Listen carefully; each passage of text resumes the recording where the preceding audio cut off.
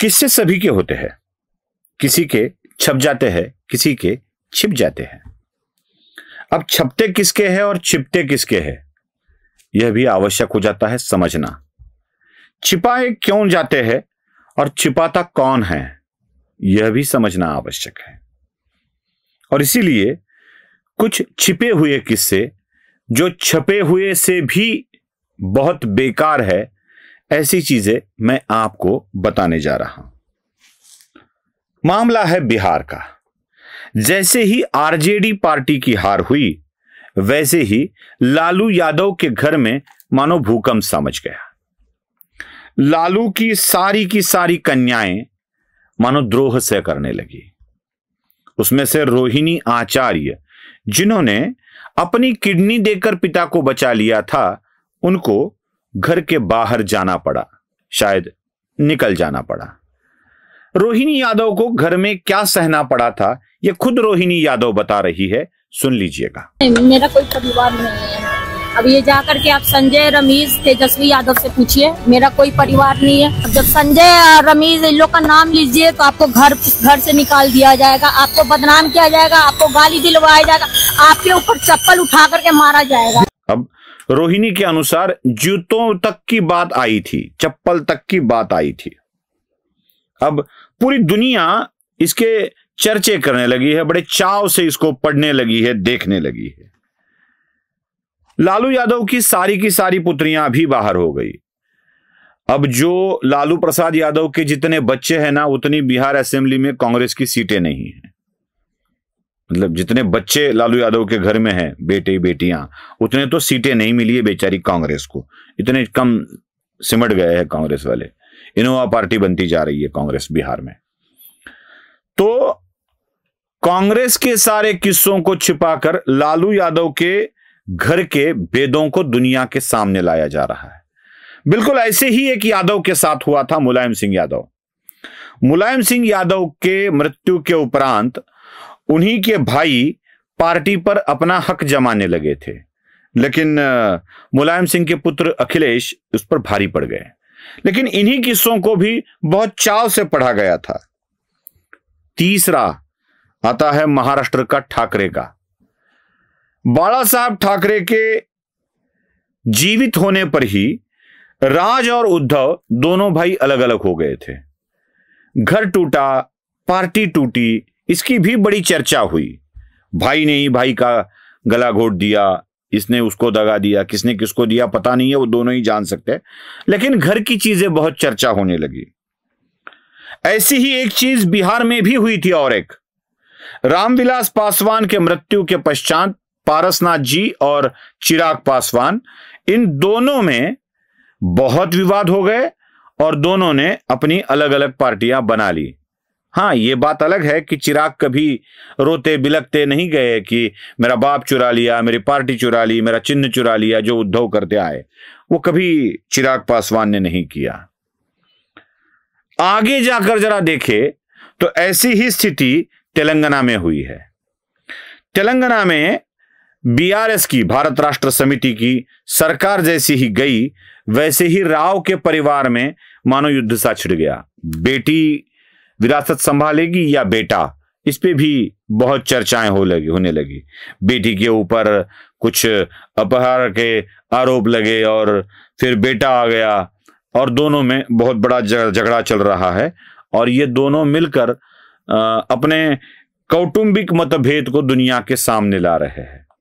यही बात एनटी रामाराव के साथ भी हुई थी। पत्नी या दामाद, दूसरी पत्नी या दामाद, किसके पास पार्टी चली जाए, इस पर भी बहुत बड़ा विवाद हुआ था। इन सारे कौटुंबिक विवादों को लेकर अगर हम चले तो राजनीतिक दल में ऐसे कौटुंबिक विवाद होते रहते हैं। महाराष्ट्र में भी गोपीनाथ मुंडे के पश्चात भतीजे धनंजय संभालेगी या लड़की पंकजा संभालेगी, इस पर विवाद हुआ।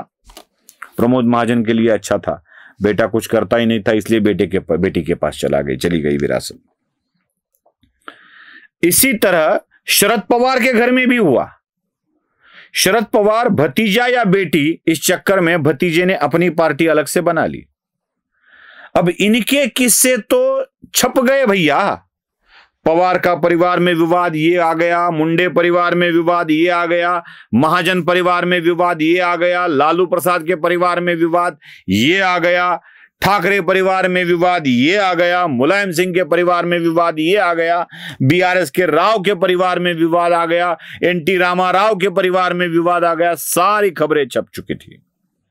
लेकिन एक परिवार का विवाद रोहिणी आचार्य की तरह भी एक महिला को घर से निकाला गया था, दिन में नहीं आधी रात को निकाला गया था।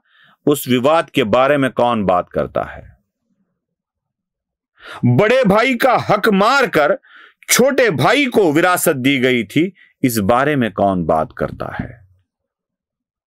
कोई मीडिया वाला बात नहीं करेगा, क्योंकि इसमें उनकी हानि है। लेकिन मैं आपको बता दूं, यह विवाद है सोनिया गांधी मनेका गांधी वाला विवाद। जब इंदिरा गांधी अपने प्रधानमंत्री आवास पर 7 सफदरजंग पर रहती थी, तब उसे प्रधानमंत्री आवास में रहने का कोई अधिकार नहीं है कहकर संजय गांधी की मौत के बाद मनेका गांधी को घर से बाहर निकाला गया था और उनके राजनीतिक हस्तक्षेप को पूरी तरह से नकार दिया गया था और पूरा का पूरा अधिकार राजीव गांधी के हाथ में दे दिया था। और राजीव गांधी की पत्नी होने के कारण वही अधिकार सोनिया गांधी के पास आ गया। सोनिया गांधी के पुत्र होने के कारण वही अधिकार राहुल गांधी के पास आ गया और मनेका वरुण गांधी को गांधी परिवार से ही बेदखल किया गया। वास्तव में तो इंदिरा गांधी की सगी और बड़ी औलाद थे संजय गांधी। संजय गांधी के बेटे को या मनेका को अगर विरासत मिल जाती तो क्या होता? इस पर कोई चर्चा नहीं करेगा। क्यों? कैसा है भाई, बड़े की बात दुनिया के सामने कोई नहीं लाता है, बदनाम तो छोटा होता है। गरीब के घर की लड़की भाग गई तो चर्चा बहुत होती है। अमीर के लड़की अगर घर से भाग गई किसी का हाथ पकड़कर तो उसे यह एक सांस्कृतिक और सामाजिक मिलन का केंद्र माना जाता है। गरीब के घर के लड़की ने कहीं अंतरजातीय या अंतरधर्मीय विवाह कर लिया तो वो उसके मुंह पर पोती कालिक समझा जाता है। वही चीज अगर बड़े घर की लड़की करे, बड़े घर का लड़का करे तो कहा जाता है सामाजिक सद्भाव की शुरुआत हो गई है। उसी तरह गांधी परिवार में जिस तरह से अपने ही बेटे को बेदखल किया गया था, इस विवाद को कभी छापा नहीं गया, छिपाया गया और इन छोटे छोटे पार्टियों के नेता के घर के विवाद को दुनिया के सामने लाया गया ताकि इन नेताओं को बदनाम किया जा सके और गांधी परिवार एक नाम शोहरत के ऊंचाई पर बाकी रह सके। चर्चा करनी है तो मनेका के घर बाहर निकालने की भी जरूर कीजिएगा। नमस्ते।